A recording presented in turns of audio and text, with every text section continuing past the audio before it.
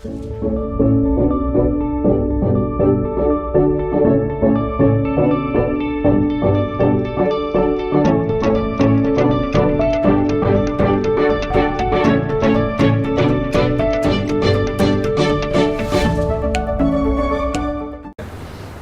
pemirsa, target perbaikan jalan yang sudah ditetapkan oleh pemerintah Kabupaten Jember ialah 1.000 km.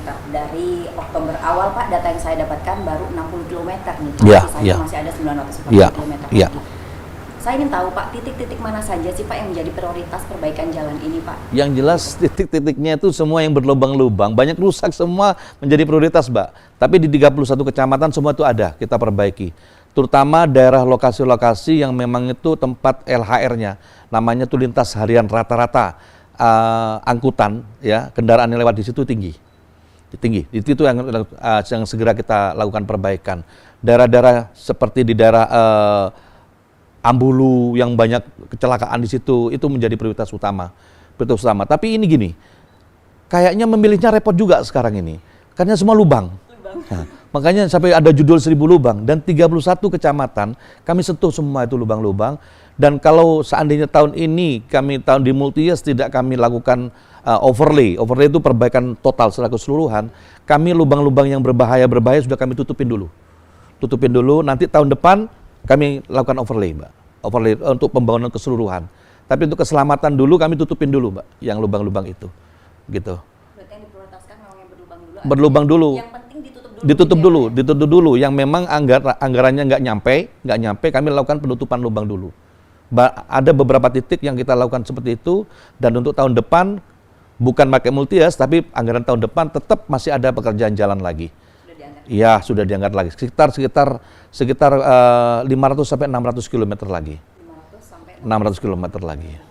Nah, Pak Bupati, saya ingin tanya, sebenarnya yakin akan selesai seperti yang dikatakan pada Mei 2022, Pak? Insya Allah. Berapa yakin, Bapak? Ya, harus 99,9%. Kenapa? Pekerjaan kelihatan mata itu, ya. Sekarang meskipun hujan, tergantung teman-teman sekarang. Pengaspalan harus lebih yang bagus adalah siang hari. Ya, tapi kalau memang posisi musim hujan, kita bisa pakai sistem. Itu ada teknologi sekarang. Tentunya ada cost yang ditambahkan lagi untuk aspal panas tadi, panasnya tidak boleh turun dari itu. Dan tidak boleh dengan kualitas yang sama. Alat kontrolnya sederhana, kapan rusaknya gitu aja. Alat kontrol sederhananya. Dan yang kontrol jalan itu semua orang. Tidak boleh pakai title engineer juga, tukang becak bisa kontrol. Jalannya rusak. Laporkan ke kami akan perbaiki. Jadi saya sudah komit dengan teman-teman Dinas Bina Marga bahwa kita akan selesaikan pembayaran itu kalau mereka menyelesaikan dengan baik sesuai dengan kualitas yang ada. Gitu.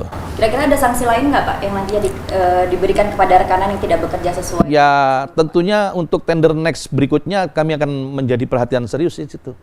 Karena di situ akan saya ungkapkan nanti kepada seluruh kontraktor yang ada, apabila pekerjaannya kurang bagus, ya tahun depan Anda harus berpikir ulang. Ya mungkin tidak mungkin coret ya gitu ya. Tapi ada satu warning di situ dan akan kita umumkan kepada masyarakat, ke teman-teman kontraktor yang lain. Ya, bahwa Anda bekerjanya yang kemarin kurang bagus, gitu, bisa begitu. Meskipun Anda sekarang perbaiki gitu, tapi kurang bagus. Nah ini next jangan diulang lagi, akan kita umumkan nanti, kayak gitu kok, Mbak. Saya begini, di Jember kami berharap teman-teman siapapun itu, ya di bagian apapun itu, kalau kita ngomong jalan ya teman-teman kontraktor ya, harus ada punya rasa memiliki di sini, harus punya rasa tanggung jawab juga bahwa Jember ini seperti ini.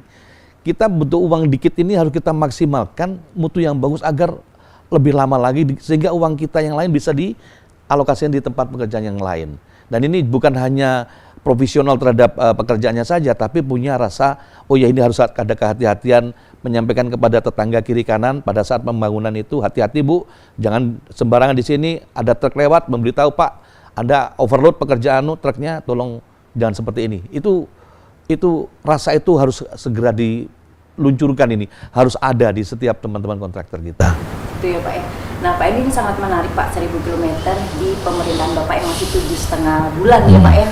Di 7,5 bulan Bapak sudah menargetkan, kira-kira ada target pencapaian apa lagi nih Pak? Program kedua yang mesti dan harus diselesaikan. Kalau 1.000 km selesai di 20 Mei mendatang 2022, Apalagi nih Pak kira-kira? Gini Mbak Vera, COVID itu benar-benar susah saya cari duit nih.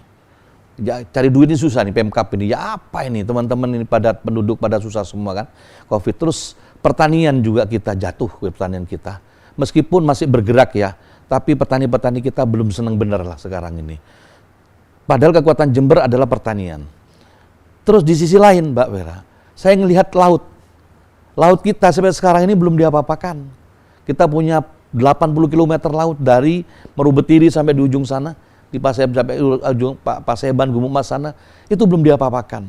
Dan saya akan melakukan satu terobosan untuk mengambil hasil laut untuk masyarakat Jember. Dan pas juga nih, Jember ini tempatnya nomor 1 stunting. Ya aduh, gak bagus ini. Tapi kita harus selesaikan. Inilah kita syukuri nih. Di Jember ini tempatnya stunting, angka kematian ibu tinggi, angka kematian AKB, angka kematian bayi tinggi. Ini 3 serangkai. Ini pertama persoalannya ini kalau kita ada, kenapa hasil laut? Ikan itu adalah zat besi. Kalau ini dikonsumsi dengan baik, ini ikut andil yang cukup tinggi, gitu. Makanya hasil laut itu di samping untuk mengurangi kemiskinan kita yang ada di Jember ini, juga hasil laut ini untuk 3 persoalan ini, Mbak. Makanya laut sekarang ini kami sudah mengirim surat ke BPN, Badan Pertanahan, untuk menguasai seluruh pantai yang ada. Yang selama ini bukan kita yang miliki, itu tanah negara. Kami sudah membuat surat ke BPN untuk meng-HPL-kan hak pemanfaatan lahan pantai pesisir.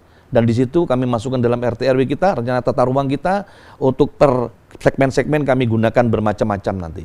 Bukan diambil pasirnya, bukan. Tapi kami akan melakukan tambak-tambak, ada tambak ikan udang kita, udang faname, kita ajak kerjasama seluruh investor ini dengan kita ikut serta, Pemkab ikut serta di situ. Di samping kita bisa ngambil lautnya, kami juga dapat PAD-nya. Gitu, Mbak. Program yang baru saja Bapak sampaikan ini pada intinya adalah untuk masyarakat, kesejahteraan masyarakat dan peningkatan perekonomian ya Pak ya. Ya. Peningkatan perekonomian seperti yang sudah saya jelaskan tadi erat kaitannya dengan pembangunan infrastruktur. Betul. Dan ini sudah dilakukan oleh pemerintah Betul. Kabupaten Jember. Ya Pak ya. Betul, Mbak Vera. Sekali lagi Pak Hendy, saya ingin dong sebagai penutup harapan Bapak nih Pak, apa ke depannya? Saya ke depan ini yang jelas secara pribadi saya sendiri, saya ingin lebih bermanfaat kepada orang banyak ya. Yang kedua, saya masih belum percaya bahwa Jember termiskin nomor 2 di Jawa Timur. Itu adalah tugas saya dan tugas kita semuanya. Mari kita selesaikan bersama-sama. Saya akan datangi masyarakat Jember tahun 2022, saya akan mulai turun gunung. Kalau di tahun 2021 saya memperbaiki birokrasi dan sistem tata usaha pemerintahan. Tapi tahun 2022 saya akan turun ke masyarakat, saya akan periksa sendiri teman-teman saudara kita yang masih belum beruntung, untuk mereka jangan tidak beruntung lagi, harus beruntung semua. Harus beruntung semua. Kesejahteraan harus merata ya. Ya, Pak. Pak Hendy, terima kasih Terima atas kasih. waktunya Pak. Terima kasih Mbak Vera. Terima Harus kasih. 30 menit terbatas, Ya. sayang sekali padahal masih banyak nih Pak sebenarnya yang ingin saya Ya, pilih. masih ada waktu, kami undang kembali, monggo saya diundang, siap datang. Waduh, siap.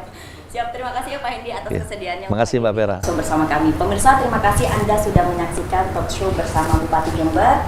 Sampai bertemu di episode berikutnya. Wassalamualaikum dan sampai jumpa.